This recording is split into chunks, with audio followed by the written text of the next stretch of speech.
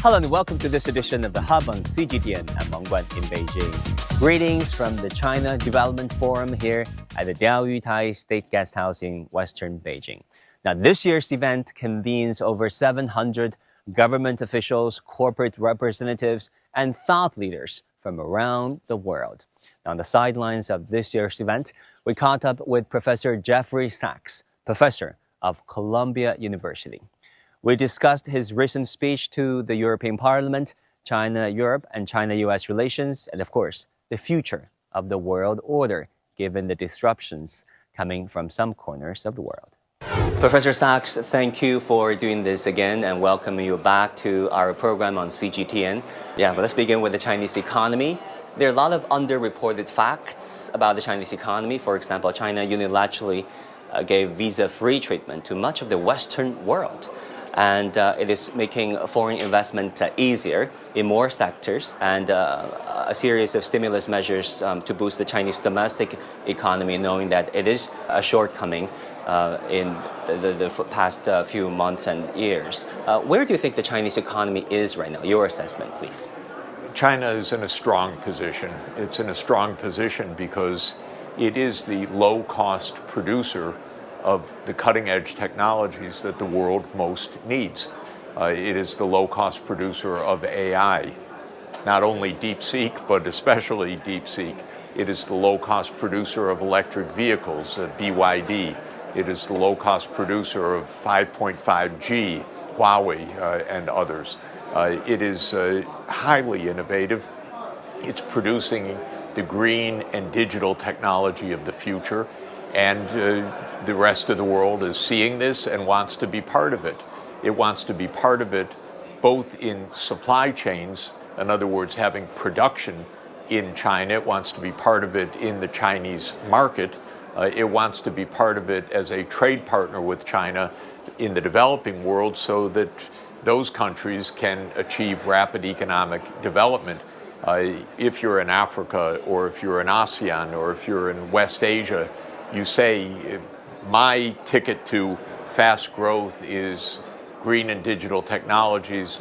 Where can I find that? Well, with partnership with China. So this puts China in a strong position.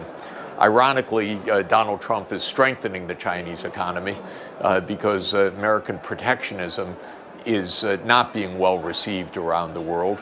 It's being received with hostility and anger in the Western Hemisphere, in Canada, in Mexico, in Latin America.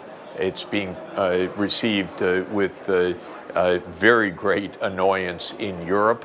It's being received with great concern in Africa and in ASEAN, in Japan, in Korea. So countries are reassessing. If the United States is not a reliable partner, well, we need China as our reliable partner. So I think Donald Trump is actually a very self-defeating approach for the United States by being aggressive vis-a-vis the rest of the world. China says we're here, we're open, we're cooperative, come partner with us, and the world's hearing that. And talking about Donald Trump's tariffs and other restrictions and embargoes towards Chinese trade investment and technology, there's an interesting data I want to share with you. With China's semiconductor self-sufficiency rates projected to reach 70% by the year 2030. And of course, with the DeepSeek coming of age, and you use the word, defeating the purpose or self-defeating. How would you evaluate Donald Trump's policy so far vis-a-vis China, especially, of course, which is largely a continuation of Joe Biden's policy, which you called one of the worst, presidential policies towards China and its foreign partners? In general, the idea of the United States that it would remain the lead country indisputably, or the unipolar country, by somehow containing China was nonsensical. But that was the approach adopted already back by Obama in 2015 and 2016.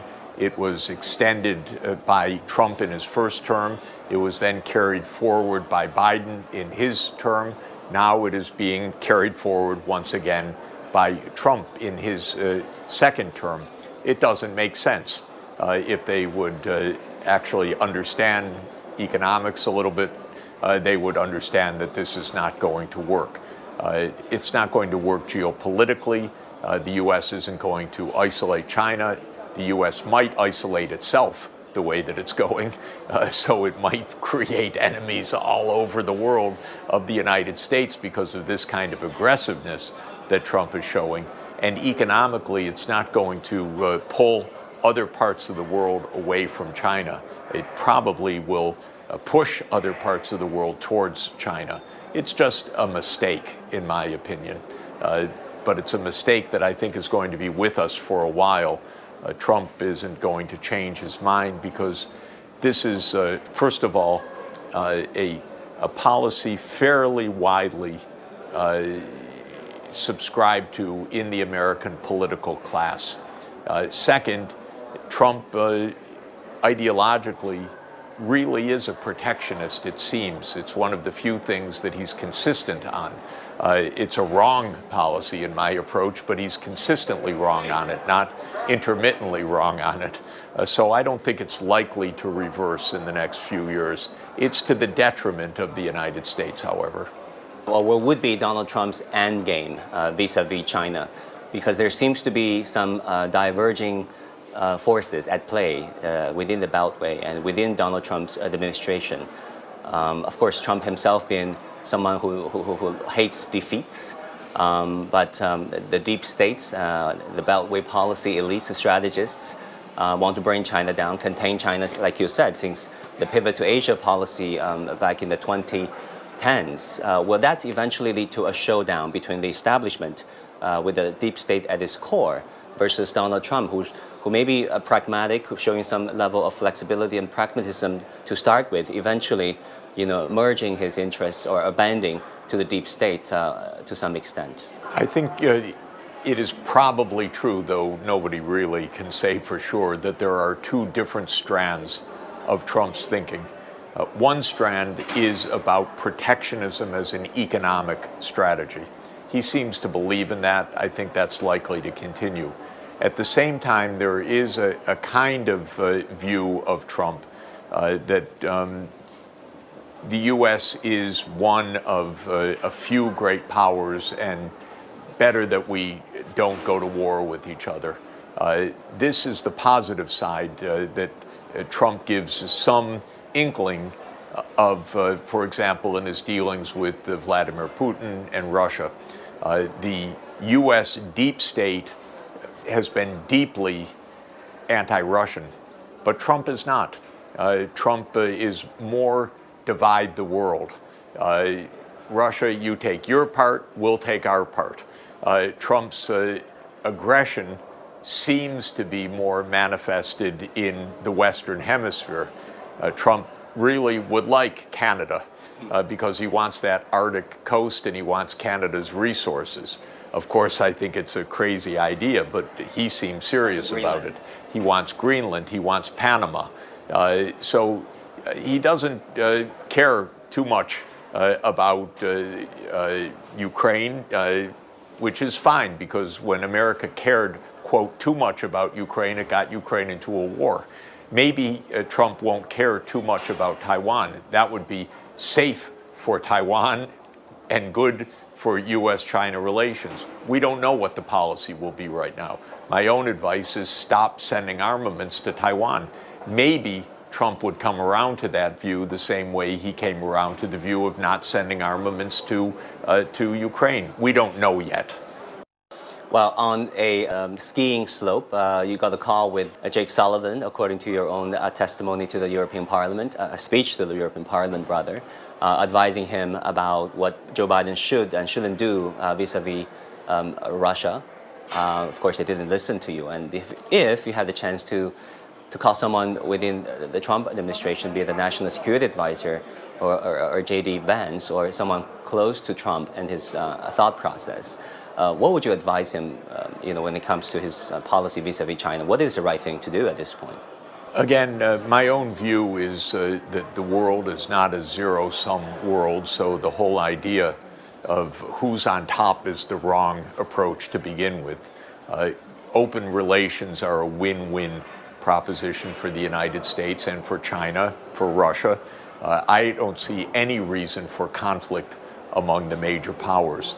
As a practical matter, the two things I would advise most simply are not to go protectionist, because this will harm the U.S. economy and U.S. society. It will isolate the U.S. from the rest of the world, not strengthen the U.S. And I would strongly suggest that the U.S. stop sending armaments to Taiwan, period, because I don't want Taiwan caught in a proxy war. I don't want politicians in some mistaken way to think, oh, the U.S. will protect us. I told the Ukrainians over and over again, do not think the U.S. will protect you. The U.S. will get you into a lot of trouble. And I would say the same thing to Taiwan politicians also. To keep Taiwan safe, deal with Beijing. Go to negotiation. Do not expect the U.S. to save you or to help you or to make you more secure. And sending armaments from the United States to Taiwan is simply a provocation. It's not a means to safety. It's a means that would raise danger for everybody involved. So that's what I'm hoping the United States would do. They don't listen to me all that often, but anyway, that's my advice. You also said that during that European Parliament speech, China is not an enemy. China is just a success story. That is why it is the enemy of the United States, because it's a bigger economy than that of the United States. And we thought that was brilliant. China has a key characteristic. It's got 1.4 billion people. The United States has 335 million people. China is therefore roughly 4 times the population. China is not going to remain below 1/4 of the U.S. size per person. Therefore, it's going to be a bigger economy. This is arithmetic. This is the logic of China's success. So the United States has to get used to the fact that China has a bigger economy already, far bigger when measured at purchasing power prices, and it will be a bigger economy measured at market prices and exchange rates. That's because there are 1.4 billion people. In per capita terms, the United States is still ahead and will be for some time, in fact. China is not a threat. China is not a danger. The world is not a zero-sum struggle. And trade with the U.S. and China during the past 40 years, and especially since the 1990s, has been mutually beneficial. China's rise has helped the United States to advance. The U.S. has helped China to advance. This has been mutually beneficial. In trade, when certain sectors or places do get hurt by trade, and that happens, then they should be helped by regional policy or by redistributional policy, by social support. This is how a normal economy behaves. You don't stop the benefits of trade because some small parts of the economy suffer relative to others. You rather help those parts to make sure that the benefits are widely shared.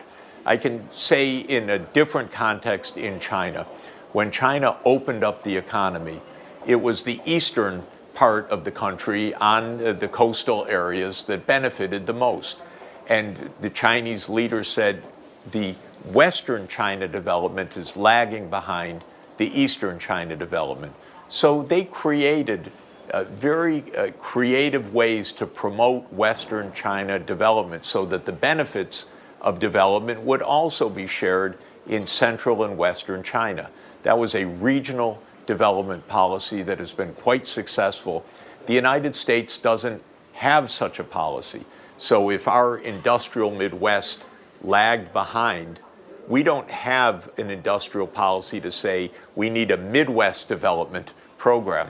If we were as clever as China in its management of such issues, we would be much less protectionist. Trump is appealing to protectionism for particular parts of the American economy, neglecting the fact that the overall U.S. economy is a big beneficiary of U.S.-China open trade. Professor Sachs, talking about America's grand strategy, game theory is taught widely across American classrooms. The game theory that you think is not originating or derived from practical analyses, logical analysis, but rather very often coming from presumptions, presuming that your enemies or your rivals would act in a certain way, treating them as a black box, lacking of empathy and sympathy towards how they would think and internally the dynamics over there. You said America's game theory is not a negotiation theory, it's not a peacemaking theory, but a unilateral theory and a non-cooperative theory. And can you elaborate on that? When American policymakers say, what should we do with China? They think they know what China's going to do. They think China's going to do some particular thing no matter whether there are negotiations or not. So they say, no reason to negotiate. Our policy should be the following. And this is a huge mistake. Even in everything we know about actual game theory, we know that if the two sides in a strategic relationship don't communicate, they're much more likely to end up in a bad situation than if they do communicate. So the biggest problem, in my view, is we don't have appropriate, mutually respectful communications between the United States and Russia, the United States and China, and the presumption that Americans in Washington have about the outside world is very narrow, not well informed, not based on personal experience, not based on negotiation. It's either very arrogant, we know and we're going to do it, or very defensive, China's out to conquer the world, or some silly idea. But if they talked to their counterparts, understood, spent time in diplomacy, spent time in visiting other countries, we'd have a much safer world. Yeah, I can't remember last time Ted Cruz or Marco Rubio visited China for that matter. Talking about Europe, you said that the European foreign policy should not be one that is, a Russia-phobic European foreign policy, right? That should be the hallmark, everything that Europe embraces. And in that light, what do you think should be Europe's China policy? Well, of course, Europe and China especially are at this point. naturally cooperative countries. First, they share the two ends of Eurasia, and that means that there is an absolute complementarity. China has a Belt and Road Initiative. Europe has had, but it doesn't implement properly, something they call the Global Gateway. They're both connectivity initiatives. If China and Europe said, wow, we each have a connectivity initiative, the Global Gateway should invest towards the east, and the Belt and Road should invest towards the west, and we'll meet, I say, in Samarkand, for example, in Uzbekistan, in Azerbaijan, in the South Caucasus. We'll make corridors across Eurasia. This would be so beneficial for both sides. It would be so beneficial for the energy transformation, for the digital transformation, for tourism, for culture, for all good things. Marco Polo took so many years to reach China. Now we can reach China instantaneously on 5.5G. We can reach China within the day, obviously, in air travel. We should be so interconnected with mutual benefit, and that is the natural position for Europe and China. And interestingly, maybe Donald Trump, in his inadvertent way, will help bring this about, because during the Biden period, which I regarded as a very failed administration, Biden was saying the Western world must defend against China. And Europe was in the tendency to go with the US. Now, with Trump, Europe is not in the tendency to go with the US. They see the US as weird, unstable. So ironically, Trump could help to bring Europe and China together. Yeah, you talk about European strategic autonomy, beginning in earnest and for real this time around, instead of having this division? Europe is not a unified continent. It was at war within Europe for basically 1,000 years. Now the European Union is trying to be a peaceful unity, but it's a very weak unity so far. It is peaceful, but there's no foreign policy. There's no strategic policy. Up until now, Europe, 27 separate countries have relied on the United States to give the coherence. My argument is no. The U.S. can't give Europe the coherence. Europe needs its own coherence. That means a stronger European Union.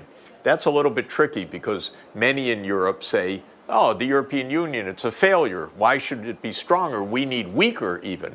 But I say, no, it's a failure. It should be improved. It should be fixed. If Europe is going to deal with China, it's good if Europe is more unified. If Europe is going to deal with Russia, it's good if Europe is more unified. If Europe is going to deal with the United States, Europe needs to be unified. Europe is threatened by the United States, by the way, directly threatened. Donald Trump is talking about taking Greenland. That's part of Denmark.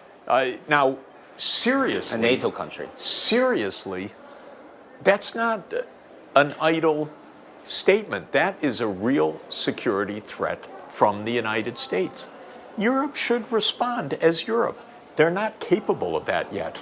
So this is part of what I mean by strategic autonomy is not only a change of mindset, but also a change of institutions so that there's a real European Union, not only a very, very weak European Union. And Professor, you said Europe is not NATO. It shouldn't be. And you even called for a dissolution of NATO, which should have happened, you said, in the early 1990s. Yes. Well, it's unlikely to happen given the constraints realities, as some would say. But you think that could be a choice, a thought for some of them, more liberal thinkers and policymakers to entertain themselves with?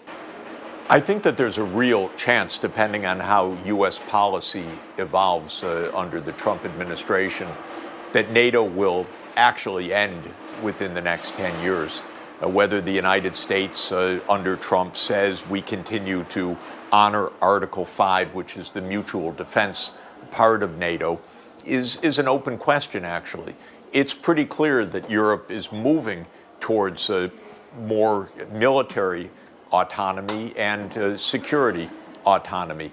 I want Europe to do it not in preparation for war. That's suicide. I want them to do it for peace and deterrence. So I don't want Europe to just build a military to prepare for war with Russia. That would be insane.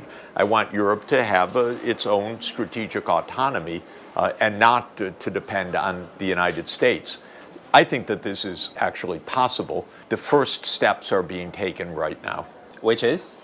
Well, the first steps are expanding the military component of Europe, added budget, and interestingly, and I think correctly in my view, the Europeans are saying when we build up our military equipment, it will be European-built systems. Because that does actually three things. One, it's a boost for the economy in straightforward demand terms. Europe needs that, actually. Second, if you only buy U.S. equipment, the U.S. can turn it on and off. You're still pretty dependent on whether those systems are going to work, how they're going to be maintained. You're still under the U.S. control. And third, it's actually the case, strangely enough, that investments in the military actually have a lot of technology spillovers for the whole economy. I don't champion that as the way to get those spillovers, but that will accelerate the European capacities. You said AI must serve humanity, not replace it, and you said there's a real danger where AI is, helping centralize powers to the corporate elites, to the policy maker. Can you elaborate on that? AI is clearly a very powerful technology, and it can improve human well-being across every part of our lives. Every part of the economy can be benefited by AI. But we know there are real risks as well.